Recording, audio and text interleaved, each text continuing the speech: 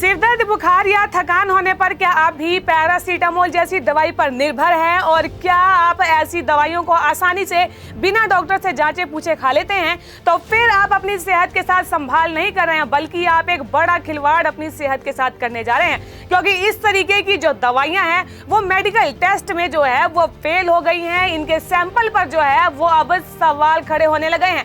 CDSCO नाम की जो संस्था है, उन्होंने इन दवाइयों की एक सैंपल टेस्टिंग की है और कहीं ना कहीं जो है इनके सैंपल फेल हो गए। ये खबर तो आपने देख ही ली होगी। और न सिर्फ बुखार, सिर दर्द, बल्कि हार्ट अटैक हो जाए, डायबिटीज हो या फिर एलर्जी जैसी कई ऐसी बड़ी बीमारियां हैं जिसमें कि हम ऐसी कई दवाइयों का इस्तेमाल करते हैं जिनकी पहचान पर जो है अब सवाल खड़े होने लगे हैं। वो अब सुरक्षा के लिहाज से सही नहीं मानी जा रही है। CDSCO ने जो रिपोर्ट पेश की है वो अपने आप में डराने वाली है, अपने आप में हैरान करने वाली है। उस सबके बारे में तो हम जानेंगे ही, लेकिन ये भी जानेंगे कि ये CDSCO आखिरकार है क्या, जो कि दवाइयों की एक रिपोर्ट पेश कर अचानक से जिसने सनसनी ही मचा दी है। केंद्रीय दवा मानक नियंत्रण संगठन यानी कि CDSCO ने अपनी लेटेस्ट रिपोर्ट में कुछ ऐसी दवाइयों का खुलासा किया है जो कि इलाज के लिए आमतौर पर इस्तेमाल होती हैं। हालांकि ये दवाएं क्वालिटी चेक में फेल हो गई हैं। इसमें कुछ ऐसी दवाएं शामिल है जो कि अमूमन लोग इस्तेमाल करते हैं और इसमें पैरासीटामोल, कैल्शियम और विटामिन D की टैबलेट्स भी शामिल है। सबसे पहले वो जान लीजिए जो दवाएं सैंपल टेस्ट में फेल हो गई हैं। विटामिन C और D3 की टैबलेट्स शेल्कम नाम की जो ये दवाई है वो भी इस टेस्ट में फेल हुई है। Vitamin B complex, vitamin C soft gel, anti acid पेंडी, पैरासीटामोल IP 500 mg, डायबिटीज की दवा ग्लिमेपेराइड, हाई ब्लड प्रेशर की दवा टेलमिसर्टन, ये वो दवाएं हैं जो सैंपल टेस्ट में फेल हुई है। और इसके साथ ही ये भी जान लीजिए कि आखिरकार इन दवाओं को बना कौन रहा था।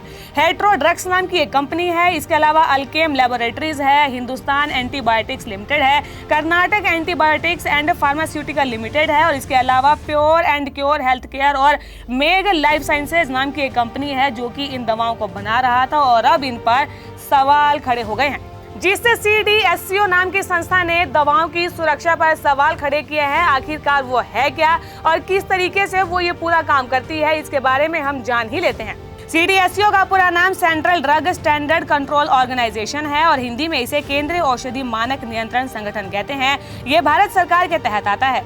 CDSCO भारत का राष्ट्रीय नियामक प्राधिकरण है और इसका मुख्यालय जो है FDA भवन, कोटला रोड, नई दिल्ली पर है। इसके 6 जोनल और 4 उप जोनल ऑफिस हैं और देश भर में इसकी 7 लैबोरेटरीज हैं। दवा और चिकित्सा उपकरणों का करती है कंट्रोल। CDSCO के भीतर drug controller general of India यानी कि DCGI दवा और चिकित्सा उपकरणों को नियंत्रित करता है और स्वास्थ्य और परिवार कल्याण मंत्रालय के अंतर्गत आता है। DCGI को ड्रग टेक्निकल एडवाइजरी बोर्ड यानी कि DTAB और ड्रग कंसल्टेटिव कमेटी DCC के द्वारा सलाह दी जाती है।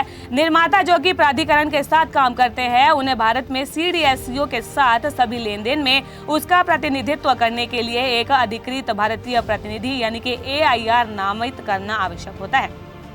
अब ये भी जान लेते हैं कि आखिरकार CDSCO के काम क्या है। नई दवाओं को मंजूरी देना, क्लिनिकल परीक्षण आयोजित करना, दवाओं के लिए मानक तय करना, देश में आने वाली दवाओं की गुणवत्ता पर कंट्रोल रखना, राज्य औषधि नियंत्रित संगठनों के कामों को समन्वित करना भी CDSCO के काम है।